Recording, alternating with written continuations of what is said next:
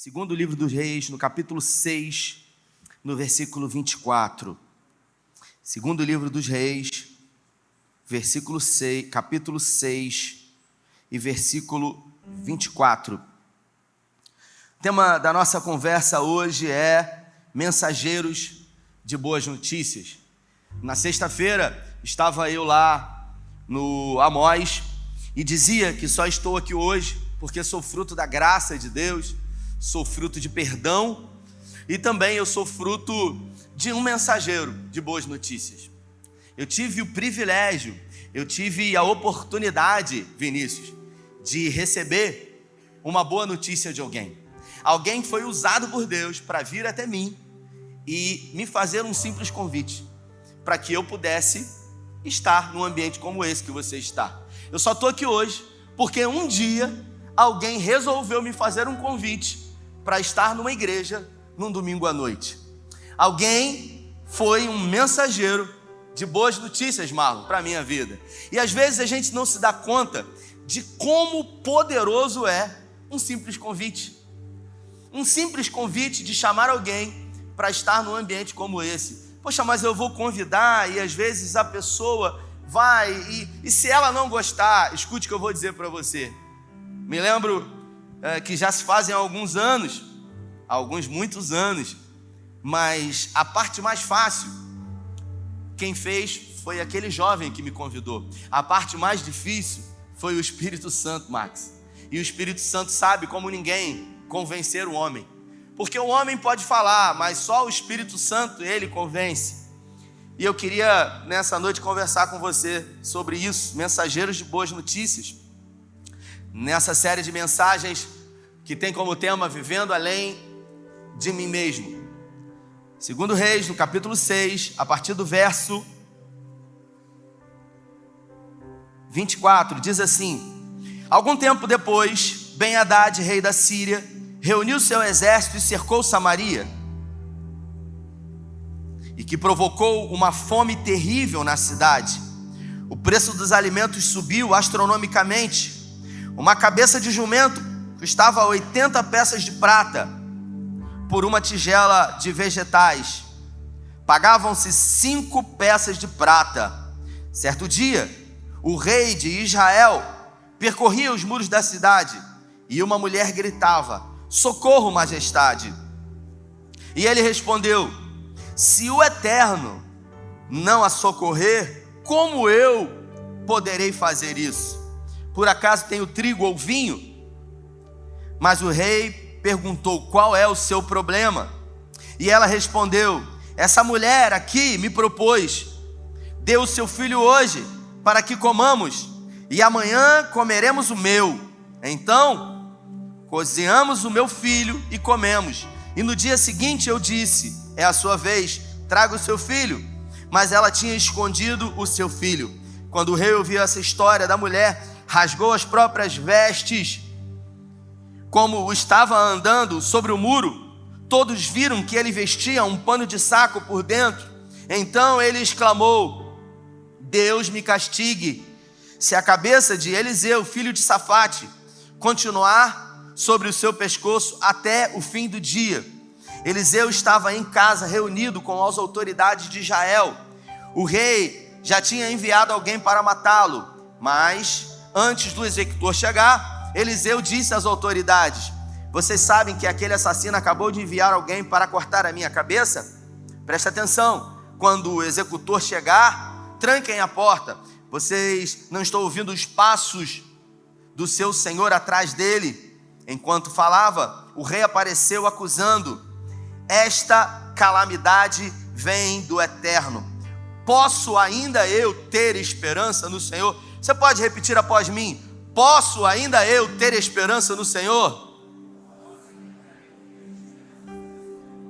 Eliseu disse: Ouçam o que diz o Eterno. A fome acabou. Amanhã a essa hora haverá comida em abundância. Uma medida de farinha e 2 medidas de cevada serão vendidas por uma peça de prata no mercado, na entrada da cidade de Samaria. O ajudante pessoal do rei disse ao homem de Deus: Você espera que eu acredite nisso? o Eterno vai abrir as comportas dos céus e fazer chover alimento? Eliseu respondeu: você mesmo verá, mas não comerá nenhum bocado.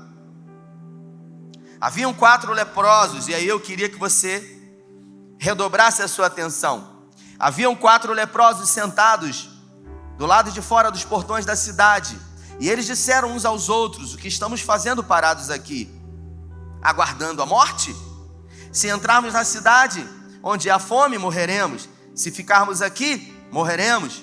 Então vamos arriscar em entrar no acampamento dos homens da Síria e nos entregar nas mãos deles. E se eles nos receberem, estaremos salvos, e se nos matarem, morreremos. Não temos nada a perder. Assim, depois do pôr do sol, eles foram para o caminho dos arameus. Quando chegaram perto, ficaram surpresos. Não havia ninguém ali. Feche os seus olhos. Pai, essa é a tua palavra, e nessa noite em graça pedimos que o Senhor fale conosco, que o Senhor tenha liberdade para ministrar na nossa mente e no nosso coração.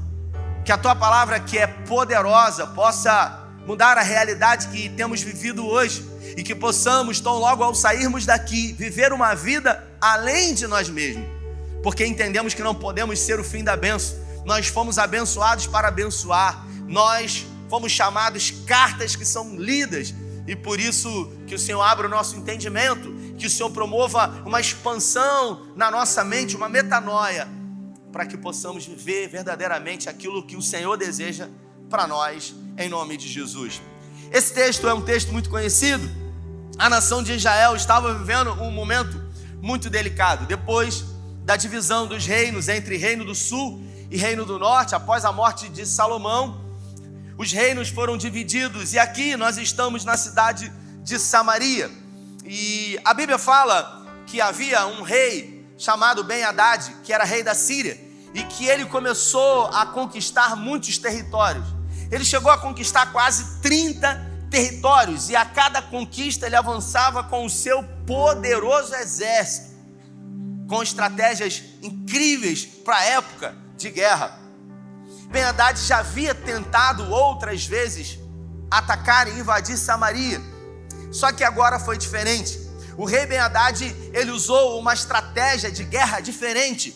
Ele cercou a cidade de Samaria, e a Bíblia nos dá a entender que todo o exército de aproximadamente 130 mil homens ficaram a uma distância de um tiro de flecha, ou seja, os arqueiros do palácio não conseguiam atingir os soldados do rei de Ben-Hadad.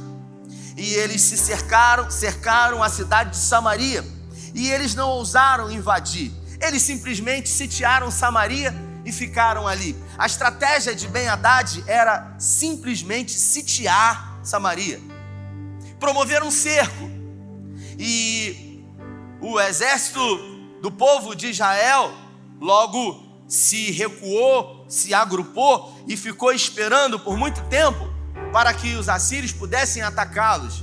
Mas Ben-Hadad, ele tinha arquitetado no seu coração uma grande e poderosa estratégia.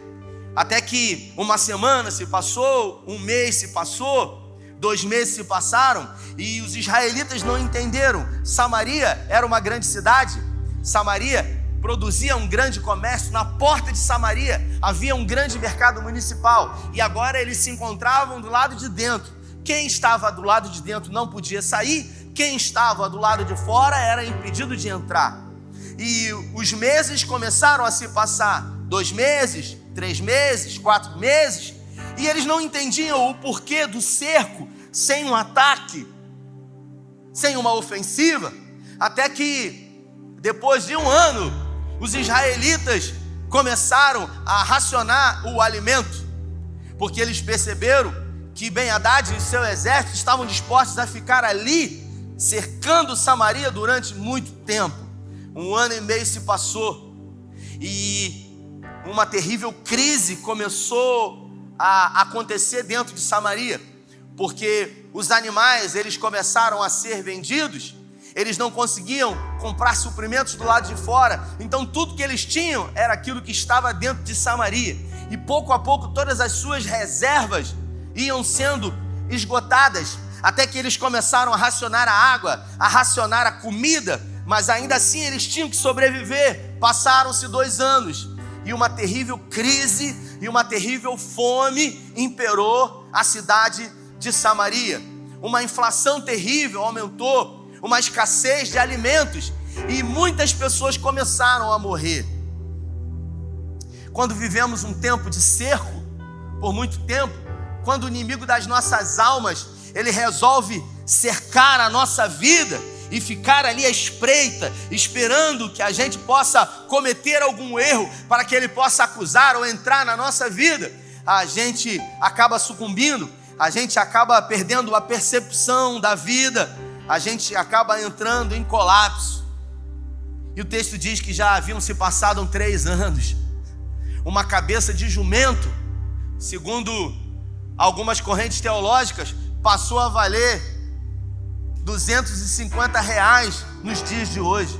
Eu não estou falando de um pedaço de picanha, eu não estou falando de um contrafilé, de uma alcatra, eu estou falando de uma cabeça de jumento, que tem algum pouco de cartilagem, o cérebro, mas eles chegaram a pagar R$250 nos dias de hoje, numa cabeça de jumento. A fome era tanta que, diante de um colapso vivido por aquele povo, eles começaram a produzir uma espécie de canibalismo.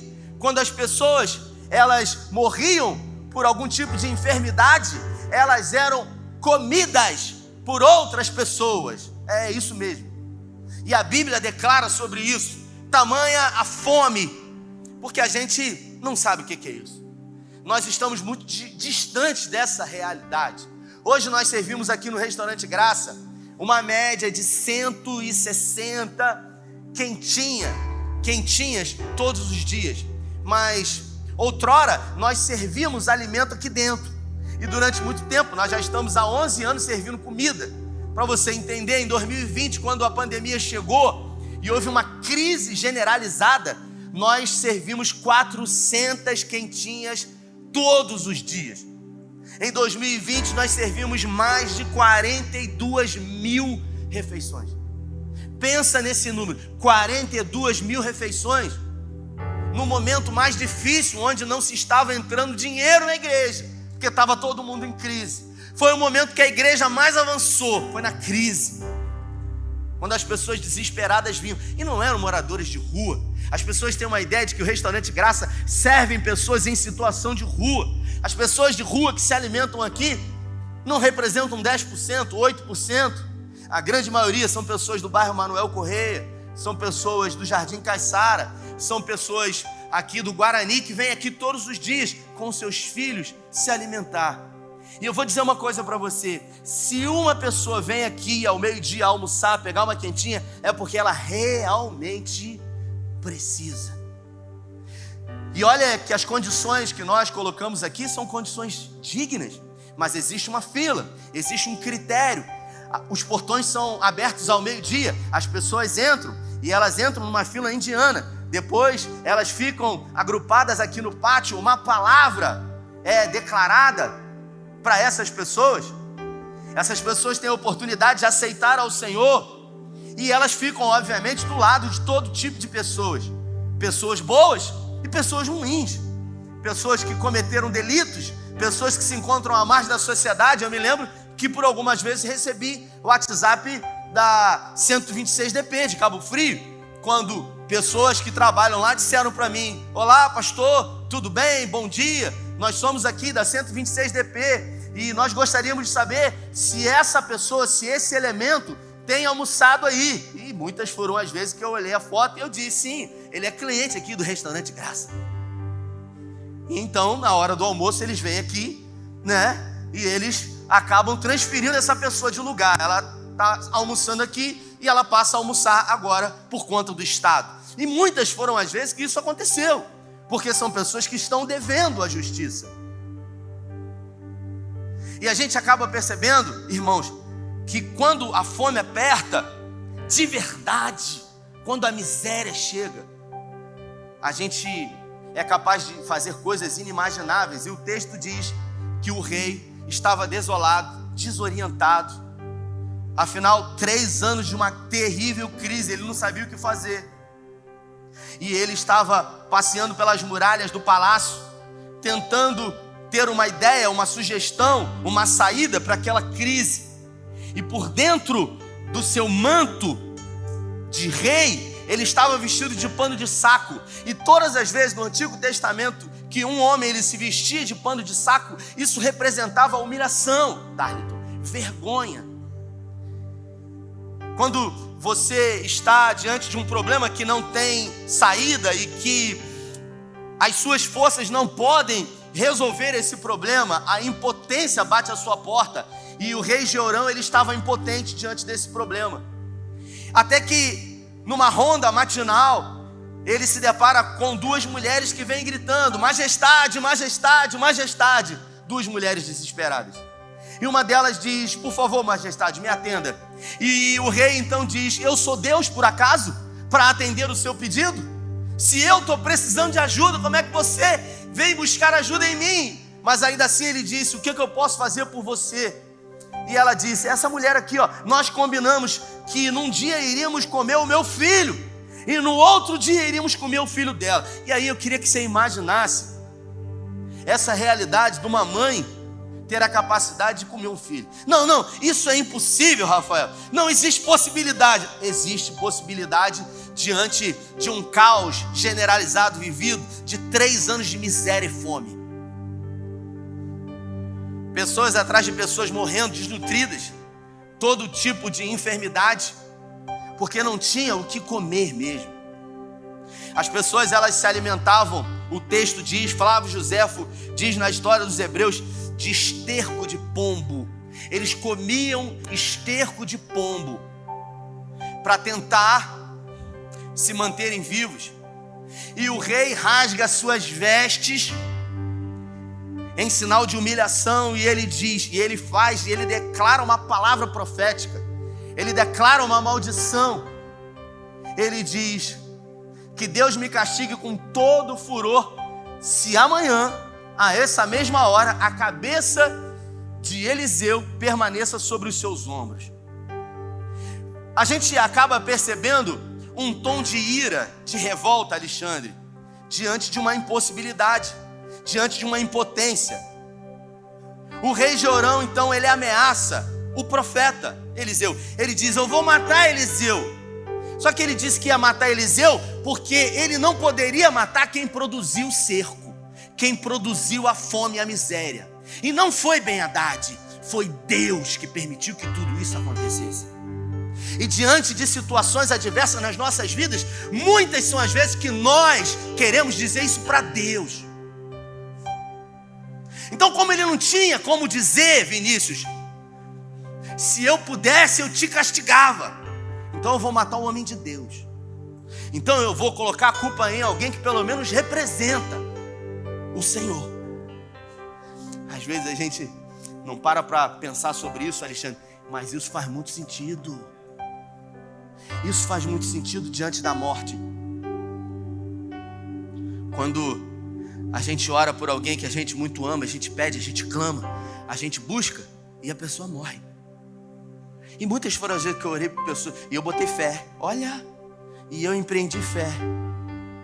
E as pessoas às vezes têm até coragem de dizer: por que Deus permitiu que isso acontecesse? Como quem eu tenho todas as respostas, como quem o rei Jeorão tinha todas as respostas, mas a gente não tem todas as respostas, porque ninguém tem todas as respostas, só Deus tem todas as respostas. E todas as vezes que nós murmuramos, é como se a gente dissesse para ele: se eu estivesse no seu lugar, eu agiria diferente comigo, eu faria diferente, eu faria de outra forma. É como se a gente, sabe, se colocasse numa posição superior, Monique. Ou seja, se eu tivesse aí, eu não faria isso comigo, ou com fulano que eu amo. É como se a gente entendesse mais, soubesse mais de tudo.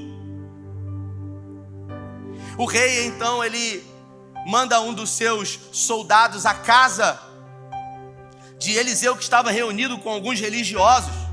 E ele estava reunido lá, sentado, conversando. E de repente Eliseu parou e falou: vocês estão ouvindo os passos? O mensageiro do rei está vindo e ele vem me matar. Então faz o seguinte, tranca a porta, não deixa ele entrar, porque eu tenho uma mensagem para o rei. Então não deixa o mensageiro entrar não, eu ouço os passos, vocês não estão ouvindo? E de repente o rei Jorão arromba aquela porta e entra e fala para Jorão: tudo isso é culpa de Deus. E aí ele diz: posso eu ainda ter esperança no Senhor? É como se a gente dissesse para Deus. Alguns dizem que a esperança é a última que morre. E quando a esperança morre, eu vou fazer o quê, meu irmão? Quando a esperança acabou, ela vai embora, o que você faz? Não tem o que fazer. Então ele declara: eu posso ainda, diante desses 3 anos de miséria, uma mãe comendo um filho, ter esperança no Senhor. E Eliseu, apesar de ser um homem de Deus, apesar de ser um profeta, ele não sabia todas as coisas, porque um homem de Deus, ele só sabe aquilo que Deus revela, e Deus não revela tudo para ninguém. Deus não revela o que Ele vai fazer na sua vida de uma vez só. Ele revela aquilo que você precisa saber. A gente quer saber de tudo. Me mostra todas as cartas, me mostra todos os planos, mas Deus é especialista em esconder da gente. Sabe por quê? Porque tudo o que Ele faz é com muita emoção. É como quem pega um carro potente e começa a acelerar, e aí o carona está percebendo e começa a segurar naquele negócio que eu não posso falar o nome agora, porque o horário não permite, não é verdade? E aí de repente ele bota o cinto e ele fala assim: meu Deus, quantas foram as vezes que eu já saí com irmãos viajando, a gente voltou de São Paulo 2 horas da manhã, 1 e pouca da manhã, e aí saímos de São Paulo tarde pra caramba, Marcos, e a gente tinha 2 opções: ou a gente passava pela linha vermelha e pela Avenida Brasil, ou a gente passava pelo Arco Metropolitano. Eu não sei o que é pior. E aí eu olhei pro irmão, estava no carro dele, e eu falei para ele: e aí? Não, eu acho que eu vou passar pelo Arco Metropolitano. Eu falei: sangue de Jesus tem poder. Senhor, coloca os teus anjos ao redor. A gente começa a orar, a gente vira crente, a gente fala em línguas. Senhor, em nome de Jesus, bota os teus anjos, nos torna invisíveis. A gente faz tudo isso, irmão. E de repente, meu irmão, não tinha... Pensa numa avenida deserta. E o irmão começou a acelerar, aquela caminhonete acelerar. Quando eu olhei, estava 200. E eu falei: eu não sei o que é pior, se assaltado aqui, ficar a pé ou morrer de acidente aqui. E eu, por um momento, né, Vinícius dormindo atrás, eu acho que ele não estava nem percebendo a velocidade que estava no carro. E eu doido para falar para o irmão, que estava 200 por hora. Eu falei: meu irmão, o Espírito Santo está lá atrás, cara. Vamos diminuir para ele voltar. Mas de repente, se o Espírito Santo entra, pode também ter algum problema na pista. E aí de repente, irmãos, eu começo muito longe a ver um carro no acostamento. E aí eu sinto o meu coração bater aqui, sabe? Eu falei assim: irmão, você está vendo aquele carro lá? E ele falou: eu estou vendo. E eu estou vendo, ele pisou mais ainda no acelerador. E eu falei: meu Deus. E de repente o carro acende as lanternas. O cara estava do lado de fora, o cara entrou. Irmãos, é uma fração de segundo. Passa um filme na sua cabeça. Você pensa tanta coisa. Mirella e Tito, Senhor me guarda. Tem R$250 no livro. Não falei para Carla que estava lá. Se eu morrer, ela não vai saber. Meu Deus. E quando eu vi, a gente já tinha passado. Eu falei: mesmo que esse cara tente vir mesmo a 215 por hora, até tomada de velocidade, e a gente fica desesperado, e a gente não sabe o que fazer. E se a gente é assaltado, Lauro, como você foi, a 100 e quanto por hora? A 140 por hora na BR.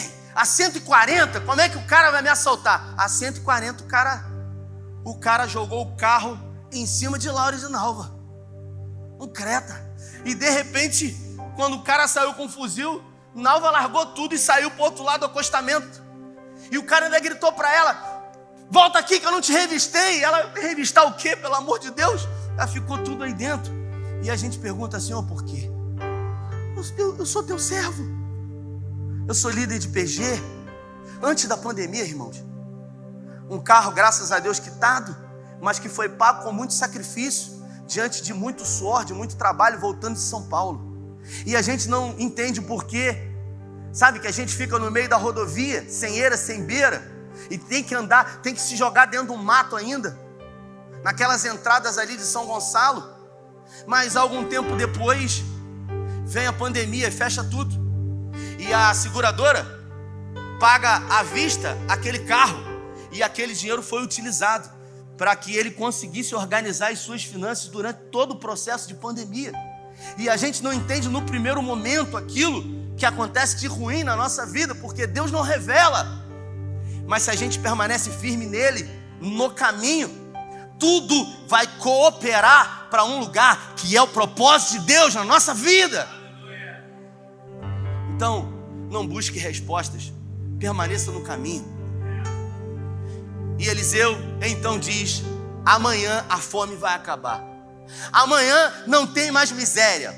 Amanhã uma cabeça de jumento não vai valer nada na porta da cidade. E o comandante do exército disse: porventura Deus vai abrir a janela do céu e derramar comida? É impossível que amanhã, a essa hora, uma cabeça de jumento seja a preço de banana. A gente está há 3 anos de miséria. Mas, irmãos, Deus não precisa de nada para transformar o nada em tudo. A Bíblia fala que tudo acontece através de um haja. Ele disse: haja luz, e houve luz. Nós estamos condicionados a duvidar daquilo que Ele pode fazer, porque Deus é poderoso, irmãos, para fazer. Nós só não temos o controle e nem sabemos quando. 130 mil homens fortemente armados num cerco de Samaria. E a Bíblia fala que havia um leprosário. Flávio Joséfo diz, na história dos Hebreus, um leprosário com 500 leprosos do lado de fora de Samaria. Dos 500 leprosos, Fabrício, somente 4 ficaram vivos, depois de 3 anos de miséria. 4 leprosos, todos os outros morreram de fome. E eles já estavam lá há muito tempo, na miséria, sabe, sentados ao chão, olhando um para o outro e dizendo: o que nós vamos fazer? Se a gente ficar aqui, a gente vai morrer. Então, a gente pode pelo menos tentar e morrer lá, mas pelo menos a gente faz alguma coisa, porque é melhor tentar e fracassar do que não tentar. Essa semana eu estava no sinal, até compartilhei com o Marlon. O cara foi e botou um amendoim no meu retrovisor. E aí ele falou: se eu ficar sentado no sofá, eu tenho certeza de que eu vou fracassar. Mas se eu me levantar e decidir empreender, eu não tenho certeza, mas pelo menos eu saí do lugar onde eu estou. Observe, quando você decide sair de onde você está para tomar uma atitude, para uma mudança de vida, você não tem nenhuma garantia ou certeza de que vai dar certo. Mas se você permanecer aonde você está, você já fracassou.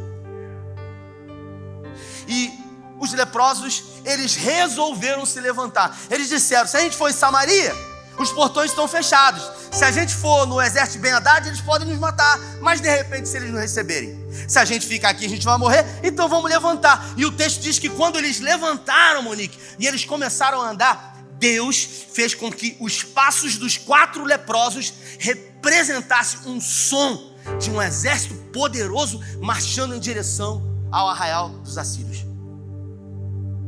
E quando os assírios começaram a ouvir os passos dos leprosos, Deus produziu, ecoou o som de um exército poderoso. E eles começaram a dizer: o povo de Israel alugou o exército do Egito, e eles estão vindo agora nos atacar. E Deus produziu confusão no exército dos assírios, e eles começaram a correr, deixando tudo para trás. E enquanto eles corriam, eles tiravam as suas armaduras e eles deixavam pelo caminho. E quando os 4 leprosos chegaram no arraial dos assírios, eles viram a fogueira ainda acesa, com provavelmente alguns animais ali assados. E eles estavam há 3 anos sem comer nada, Laura. E eles começaram a comer e se deliciar. E quando eles entraram na tenda, tinha ouro, tinha prata. E eles pegaram o ouro e eles foram para algum lugar e enterraram, e eles voltaram para a tenda, e eles comeram mais, e eles se saciaram, e eles pegaram pertences preciosos, e eles esconderam. A Bíblia diz isso.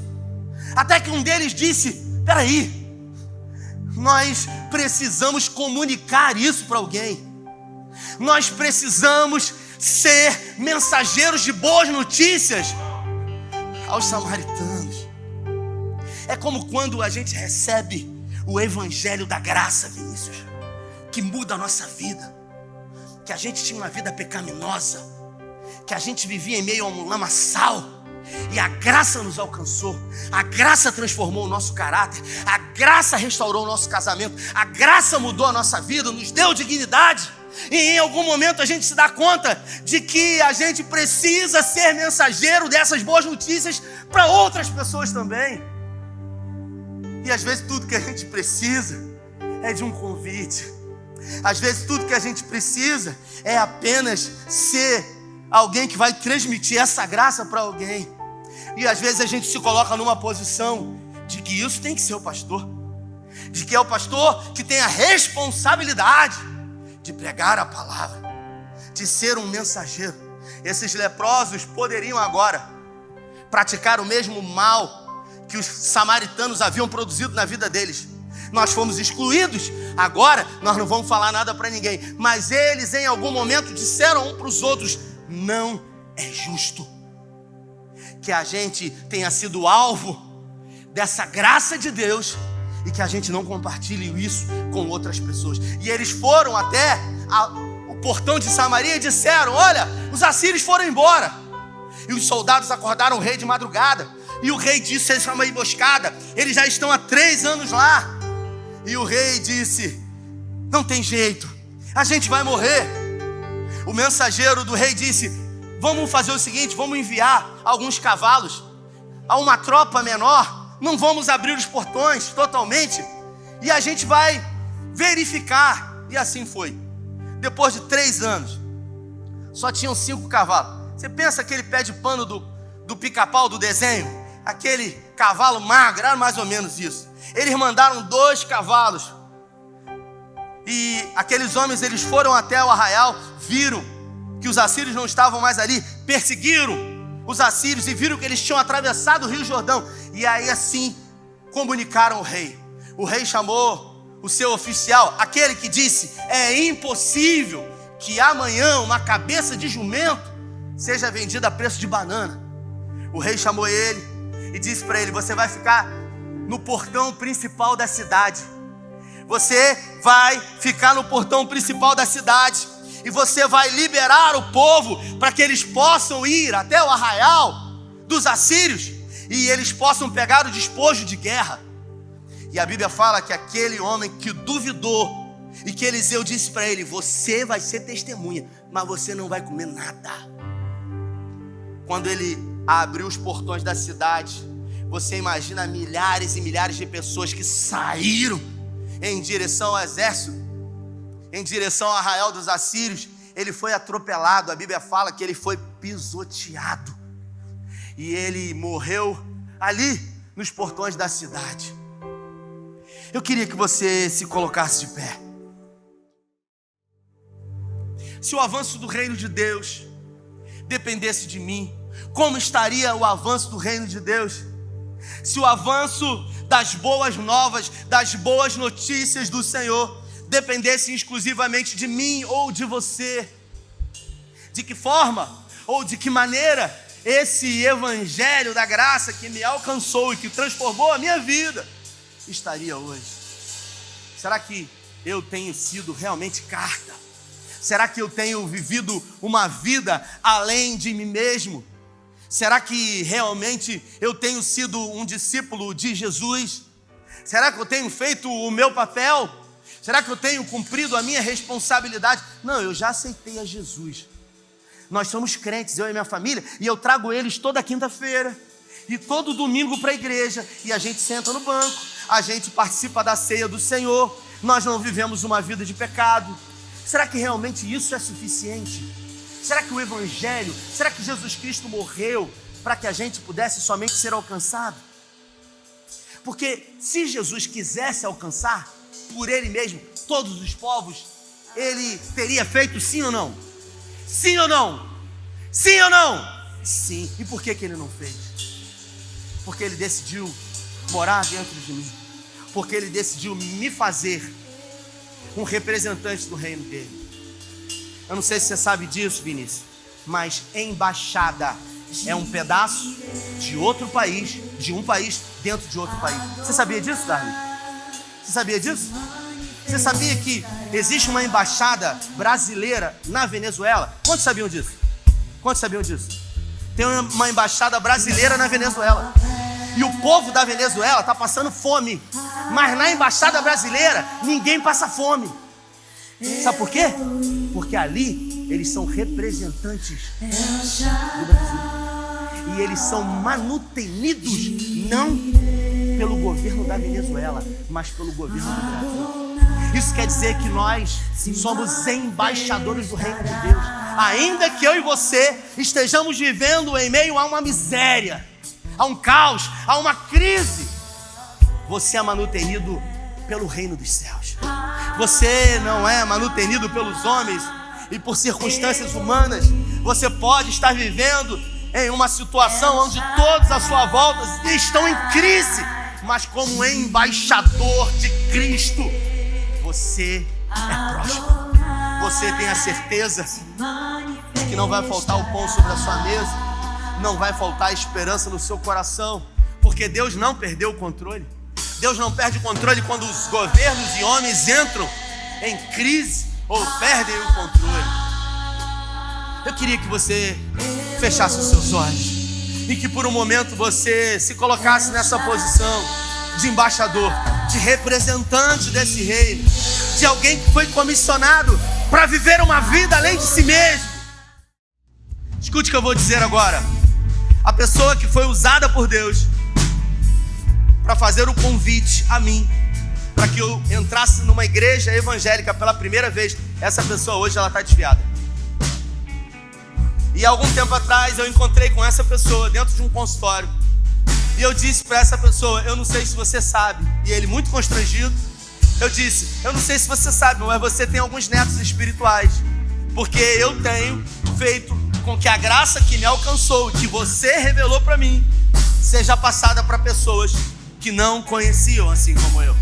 E com isso eu tenho conseguido fazer com que pessoas sejam alvo da graça do Senhor e sejam chamados filhos de Deus. Você tem filhos espirituais, eu disse para ele. Eu só não sei se você vai desfrutar disso na glória, porque o galardão é para aqueles que realmente permanecem no caminho. Eu posso viver 1 milhão de anos, mas eu nunca vou me esquecer, Tiago, dessa pessoa que foi usada por Deus. E talvez ela tenha feito esse convite a muitas pessoas, mas na minha vida fez toda a diferença. E você sabe por quê, Felipe? Porque eu sei de onde Deus me tirou. Eu sei onde eu estava, em quais circunstâncias a graça me alcançou. E eu sei o que Deus fez na minha vida. Eu não tive mãe, eu não tive pai presente. Mas um dia, numa manhã, o Senhor, Ele resolveu falar nesse ouvido aqui para mim. Eu sou para você, Rafael, a mãe que foi embora, o pai que te abandonou. E Ele mudou a minha história. E isso fez com que o meu passado fosse ressignificado. No dia 8 de junho de 2018, eu conheci o meu filho Tito pela primeira vez no Ceará. E quando eu peguei ele nos braços, eu olhei nos olhos dele com uma roupinha verde e eu disse para ele: eu serei para você, Tito, o pai que eu nunca tive. Isso é a graça, é o poder transformador desse evangelho que chegou à minha vida através de um convite. Como eu negarei cumprir um chamado de viver uma vida em mim mesmo?